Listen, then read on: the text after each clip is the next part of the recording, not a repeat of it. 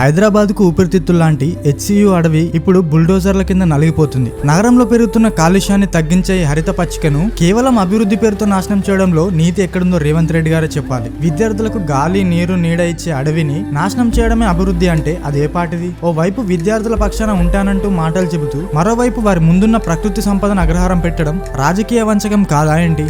ఈ అడవిలో ఉన్న ఎన్నో జంతువులకు ఇది బతికే కొంచెం నేల. ఆహారం కోసం తిరిగే నక్కలు, జింకలు, పక్షులు, ముచ్చటగా ఎగిరే సీతకొక చిలకలు ఇవన్నీ ఇప్పుడు ఎక్కడికి పోవాలి? మానవులు తమ లాభాల కోసం అడవిని ధ్వంసం చేస్తూ జీవరాశుల జీవితాలతో ఆడుకోవచ్చా? నాకు విద్యార్థుల మద్దతుందని చెప్పే రేవంత్ రెడ్డి ఇప్పుడు అదే విద్యార్థుల భవిష్యత్తును ఎలా నాశనం చేయగలరు? రాజకీయంగా అధికారంలోకి వచ్చాక ప్రకృతిని తుంచడమే పనైపోతుందా? విద్యార్థుల డిమాండ్ స్పష్టంగా ఉంది. హెచ్సియు అడవిని చెరిపేయవద్దు. కొత్తగా ఐటీ కంపెనీలు కావాలంటే పాడు భూములను వాడండి. కానీ ఇప్పటికే ప్రకృతికి ఊపిరిలా ఉన్న ఈ అడవిని ధ్వంసం చేయడం వందలాది విద్యార్థుల భవిష్యత్తును మట్టుబెట్టడమే. మీరేమంటారు ఫ్రెండ్స్? అభివృద్ధి కోసం వేలాది జీవులు మరియు చెట్లున్న అడవిని నాశనం చేయడం కరెక్ట్ అంటారా? కామెంట్లో మీ అభిప్రాయం తెలియజేయండి. మన భవిష్యత్తు తరాలను మనమే కాపాడుకోవాలి.